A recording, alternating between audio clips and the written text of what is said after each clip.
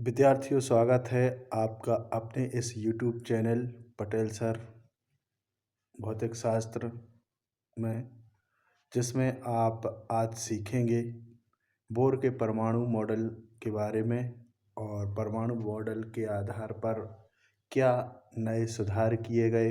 Rutherford ने जो model दिखाया था उसमें और इसमें नया क्या है उसके बारे में जानेंगे।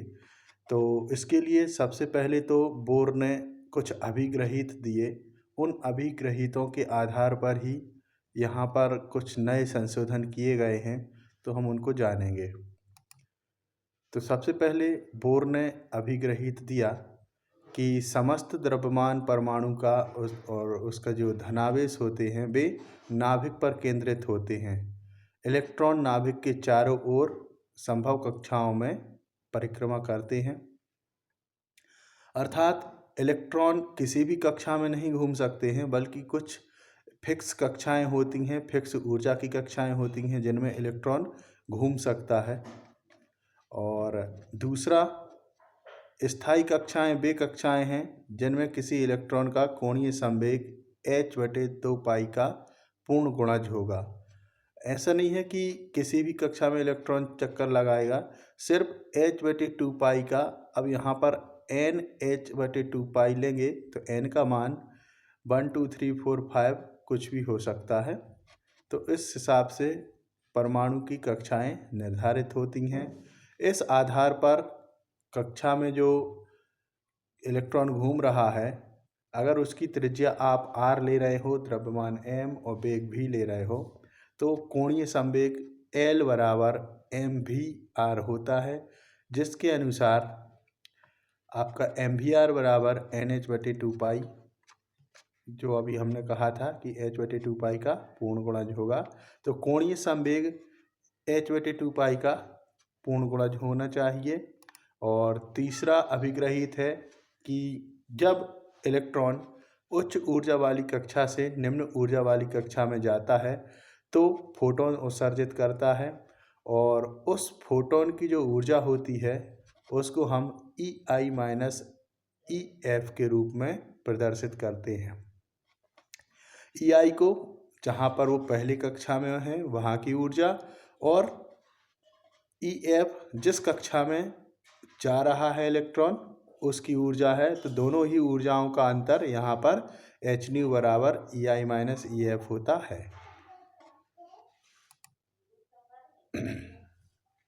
इन अभिग्रहितों के आधार पर स्पेक्ट्रम को व्यक्त करने के लिए बोर ने जो प्रदर्शन किया वो आप इस चित्र के आधार पर देख पा रहे हो।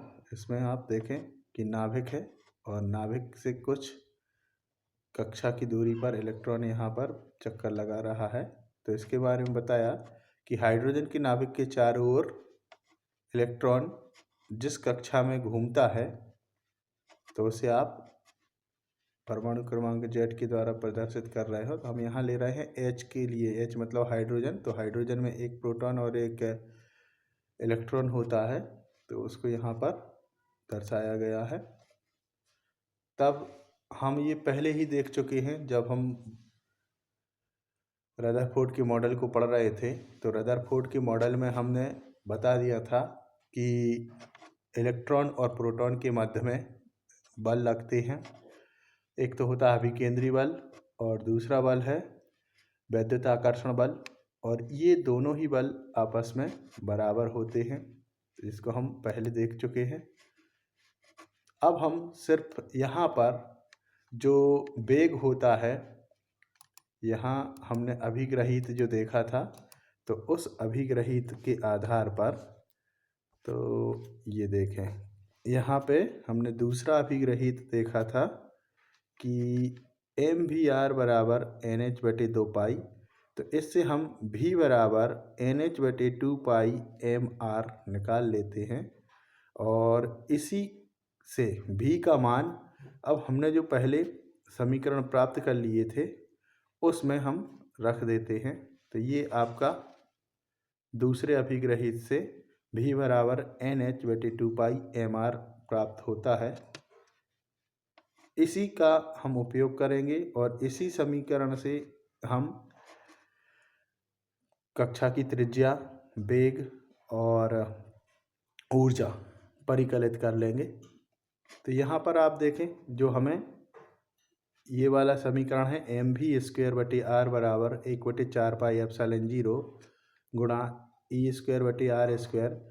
इस वाले समीकरण में अब हम ये जो ऊपर ये दो समीकरण दो में मान दिया हुआ है, ये जब हम रख देते हैं तो हमें ये वाला समीकरण इस रूप में प्राप्त हो जाता है। तो इसमें आप देख रहे हैं m/r है इंटू NH। अब v² की जगह पे हमने NH/2πmr रखा हुआ है। अब इसको हम हल कर देते हैं। हल करेंगे तो आप देखें m ऊपर है और n² h², ये यहाँ n² h² है, बटे में 2πmr है, तो 2 का वर्ग 4, पाई वर्ग, m वर्ग, और ये यहाँ पर r का वर्ग और एक ये r वर्ग और r मिलके r³ हो गया। दाईं तरफ का पूरा पक्ष ज्यों का त्यों है ये। और इसको हमने हल किया तो हल करने पर हमें आगे ये यहाँ पे देखें r वर्ग था और यहाँ पर r घन था, तो r वर्ग दोनों तरफ से कैंसिल कर दें तो सिर्फ यहाँ पे हमें r प्राप्त हो जाता है। तो यहाँ e²/4πε0 प्राप्त हो रहा है। ठीक है, अब इससे हम r का मान निकालते हैं। तो r को दाईं ओर ले आते हैं, बाकी दाईं ओर की जितनी भी ये राशियां हैं इनको हम बाईं ओर ले आते हैं। अब यहाँ पर हम अगर देखें तो देखें इसको हल किया हमने, चाहे तो यहाँ से 4π और ये 4π यहीं से हम कैंसिल कर दें तो आगे हमें आसानी हो जाएगी, या r के लिए इसको हल करें दूसरी तरफ ले आएँ तो यहाँ पे जो समीकरण प्राप्त हो रहा है ये समीकरण आपको मिल जाएगा। इस तरीके से यहाँ से 4 से 4 पाई वर्ग है और एक पाई ये है, तो ये एक पाई कैंसिल हो गई और फिर हमें mn²h², जैसा कि यहाँ देखें m, एक m ऊपर है एक m² नीचे है, तो एक m तो यहाँ पे कैंसिल हो रहा है। तो इस प्रकार से हमें ε0 जो यहाँ पर है और n² h² ये प्राप्त हो जा रहा है और बटे में पाई me² प्राप्त हो जा रहा है। तो ये है आपका बोर की कक्षा की त्रिज्या के लिए सूत्र। अब इसमें देखें ε0 एक नियतांक होता है, n यानी संख्या आपकी है ना, कौन सी कक्षा है वो है, h प्लैंक नियतांक है, पाई भी एक नियतांक होता है, द्रव्यमान नियतांक होता है, आवेश भी नियत होता है। तो ये सारी चीज़ें आपकी पाई, m, e² h², ε0 ये सारे नियतांक अलग अलग नियतांक मिलके हम इसको एक नियतांक मान लेते हैं और नियतांक से हम समानुपाती का चिन्ह बना देंगे तो आप r समानुपाती हमें मिल जाता है n² में। इस प्रकार हम कह सकते हैं कि बोर की किसी स्थायी कक्षा की त्रिज्या n² के अनुक्रमानुपाती होती है, यानी r अनुक्रमानुपाती n², जिसको हम इस तरीके से प्रदर्शित करेंगे। अगर हम अब n के अलग अलग मान रखें, अगर n का मान 1 रखते हैं तो हमें सूत्र में r बराबर भी 1 मिलेगा, क्योंकि 1 का वर्ग 1 ही होता है। तो इस कक्षा को बोर की स्थायी त्रिज्या या स्थायी कक्षा कहते हैं। अगर हम n का मान बढ़ाएंगे, 2 रखेंगे तो 4 हो जाएगा, 3 रखेंगे तो 9 हो जाएगा। इस प्रकार कक्षा की त्रिज्या बढ़ती जाती है। तो यहाँ से हम निर्धारित कर लेते हैं कि जो इलेक्ट्रॉन है उसकी कक्षा कितनी होगी ना। अब यहाँ बताया है कि जो पहली कक्षा है n बराबर 1 जो कक्षा प्राप्त होती है इससे, तो वहाँ पर जो बोर की त्रिज्या है, इसी को पहली कक्षा की त्रिज्या को बोर की त्रिज्या कह रहे हैं, उसको a0 से यानी r को a0 से प्रदर्शित कर दे रहे हैं। तब a0 बराबर ε0 h² बटे पाई me² प्राप्त हो जाता है। अब ये मान हम यहाँ पर ऊपर ले जाएं अगर, तो हमें ये नया समीकरण r बराबर a0 n² प्राप्त हो जाता है। अब हम निकालते हैं कक्षा में इलेक्ट्रॉन का वेग। तो जो समीकरण अभी हम दूसरे अभिग्रही से लेके आए थे वहाँ पे हमने लिखा था mvr बराबर NH/2 पाई। तो यहाँ अब उस समीकरण को हम v के लिए अगर हल करते हैं तो ये वाला समीकरण मिल जाता है हमें। और ये जो है यहाँ पर ये r का मान हमने लिखा है। यहाँ देखो NH/2 पाई mr नीचे आ रहा था v बराबर, तो यहाँ बटे में r है। r का मान था आपका ε0 n² h² बटे पाई m e² था, तो बटे में r था, तो ये उसका जस्ट अपोजिट मान हमने यहाँ पर रख दिया है r का। ये 1/r का मान है मतलब। तो इसको जब हम हल कर देते हैं तो यहाँ पे भी आप देखें पाई से पाई कैंसिल हो रहा है, m से m कैंसिल हो रहा है और n² है तो एक n यहाँ ऊपर वाले n से और एक h इस वाले h से कैंसिल हो जा रहा है। तो हमें रिजल्ट में e² ऊपर का और 2 ε0 एक n यहाँ से और एक h जो बचा हुआ था वो यहाँ पर प्राप्त हो रहा है। तो यहाँ पे भी हम देखें कि इलेक्ट्रॉन का आवेश तो निश्चित होता है, दो एक संख्या है जो एक निश्चित राशि है, ε0 भी एक निश्चित राशि और h प्लैंक कांस्टेंट था। ये सारी चीज़ें ही नियत हैं यानी नियतांक हैं, तो सारे नियतांकों को हम एक नियतांक मान लेते हैं। तो अब हमें मिल जाता है v अनुक्रमानुपाती 1/n, है ना। यानी कि इलेक्ट्रॉन का जो वेग होता है वह 1/n के अनुक्रमानुपाती होता है। दूसरे शब्दों में कहें तो वेग n के व्युत्क्रमानुपाती होता है, बटे में है तो उसको व्युत्क्रमानुपाती बोलते हैं। तो इससे निष्कर्ष निकलता है कि इलेक्ट्रॉन का जो वेग होता है वह n1 यानी कि पहली कक्षा में अधिकतम होता है। अब अगर n का मान यहाँ पे बढ़ता जाएगा तो v का मान कम हो जाएगा। देखिए रेसिप्रोकल है इनका जो संबंध है। तो इस प्रकार अगर कक्षा बढ़ती जा रही है तो इलेक्ट्रॉन का वेग घटता जाएगा। सबसे अधिक वेग पहली कक्षा में होता है। अब हम देखते हैं आवृत्ति। आवृत्ति को हमने पढ़ा है, ये संबंध है रेखीय वेग और कोणीय वेग का। रेखीय वेग और कोणीय वेग के संबंध से ये यहाँ पर ओमेगा का मान होता है 2 पाई न्यू और ये r है। तो इस प्रकार से अब हम अगर न्यू बराबर निकालेंगे इससे तो न्यू बराबर ये 2 पाई r v के बटे में चला जाएगा। तो यहाँ से न्यू यानी फ्रिक्वेंसी, ये है वेग बटे 2 पाई r, ठीक है। अब यहाँ हम r का मान निकाल चुके हैं, अभी जस्ट पहले ही हमने यहाँ r का मान निकाला था। तो इस r के मान से ये जो r का मान है समीकरण 3 में, ये वाला r का मान हम यहाँ पर रख देते हैं। तो r का मान हमने रख दिया यहाँ पर, या हम अगर चाहें तो ये v का मान जो निकाला था यहाँ पर v का मान रख देते हैं।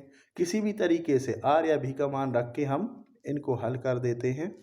तो हल करने पर हमें इसका सॉल्यूशन इस प्रकार से मिल जाता है। ये आपका आवृत्ति है। यहाँ पे भी आप देखें E कांस्टेंट 4 पाई ε0 और H और R ये सारी चीज़ें कांस्टेंट हैं, यानी R भी अब यहाँ क्या है, एक फिक्स त्रिज्या होती है। जब ये सारी चीज़ें कांस्टेंट हैं तो आवृत्ति भी आपकी n यानी कक्षा जो है उस पर निर्भर कर रही है। अगर n 1 है तो मैक्सिमम फ्रिक्वेंसी मिल रही है, यानी राउंड रेवोल्यूशन जो हो रहे हैं, इलेक्ट्रॉन कितने अधिक चक्कर लगा रहा है। सबसे अधिक चक्कर कब लगाएगा, जब n का मान 1 है। अब n का मान बढ़ता जाएगा तो रेवोल्यूशन कम होते जाएंगे, ठीक है। इसके बाद में है अब कक्षा की ऊर्जा। तो ऊर्जा के लिए हमने रदरफोर्ड के समीकरण में भी निकाला था कि जो कुल ऊर्जा होती है वह गतिज ऊर्जा और स्थितिज ऊर्जा के योग के बराबर होती है। तो उसी आधार पे हम इसको भी देखेंगे। तो हमने देखो गतिज ऊर्जा 1/2 mv² होती है और स्थितिज ऊर्जा हमने वहाँ पहले निकाली थी, इस वाले समीकरण से देखें -e² बटे 4 पाई ε0 r, है ना। तो यहाँ पर हमने 1/2 mv² से k बराबर e²/8πε0 ये गतिज ऊर्जा है, और ये -e²/4πε0r ये स्थितिज ऊर्जा है। तो दोनों ही ऊर्जाओं को अगर हम जोड़ें तो अब हमें कुल ऊर्जा प्राप्त हो जाएगी। यहाँ देखें E बराबर k + U। तो ये सॉल्यूशन हम रदरफोर्ड के मॉडल में कर चुके हैं, तो आपसे ये बन जाएगा। यहाँ पे आपकी E बराबर -e²/8πε0 इनको हल करने पर यहाँ पर प्राप्त हो जाएगा। वही अब R का मान हम पहले निकाल चुके हैं, यहाँ पर R का मान रख दें, ये है यहाँ पर R का मान। ये R का मान रखने पर हमें और इसको हल करने पर ये कक्षा की ऊर्जा प्राप्त हो जा रही है। इसको आप हल करें, e² 1 और e² ये, तो e पे 4 की घात हो गई, पाई से पाई हम कैंसिल कर दे रहे हैं, ε0 2 बार है तो ε0 का स्क्वायर, h² है, n² है और 8 है, तो ये मल्टीप्लाई हुए तो 8n² ε0² h² ये हर में, और ऊपर m e⁴ है और ये नेगेटिव है। इस प्रकार से हम देखें तो जिस भी कक्षा की बात करें उस कक्षा के लिए हम यहाँ पर ऊर्जा निकाल सकते हैं। तो अब हमें पता है कि हाइड्रोजन में तो एक ही कक्षा होती है, तो एक कक्षा की ऊर्जा को हम यहाँ पहली कक्षा की ऊर्जा को कैलकुलेट कर सकते हैं। अगर हम 2 परमाणु वालों की बात करें, 2 इलेक्ट्रॉन वालों की बात करें, 4 6 8 इस तरीके से जो बोर की व्यवस्था होती है इलेक्ट्रॉन भरने की, 2 8 18 है ना, इस वाले फॉर्मेट में हम जाएंगे तो उसके अनुसार हम इलेक्ट्रॉन की कक्षा को यहाँ En से रिप्रेजेंट कर देंगे। फिर तो En का मतलब है E1 E2 E3, और यहाँ वो n की वैल्यू हम रख देंगे। जैसे अब n1 E1 है तो n की जगह पे हम 1 रख देंगे। ε0 का मान हमें पता है, h का मान हमें पता है, और इलेक्ट्रॉन का आवेश भी हमें पता है, इलेक्ट्रॉन का द्रव्यमान हमें पता है, ये सारी चीज़ें ज्ञात हैं। इस समीकरण में वो सारी चीज़ें रख के हम इलेक्ट्रॉन की ऊर्जा निकाल लेते हैं।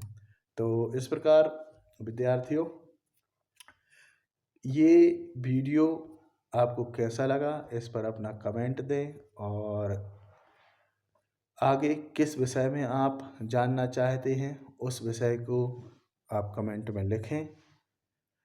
आपका सहयोग बनाए रखें और लाइक करें, कमेंट करें, ज़्यादा से ज़्यादा शेयर करें, ताकि हम जल्दी ही आपको लाइव देख सकें, और जब लाइव रहेंगे तो आप डायरेक्ट मुझसे प्रश्न कर सकेंगे और हम उसका आपको उत्तर दे सकेंगे। धन्यवाद।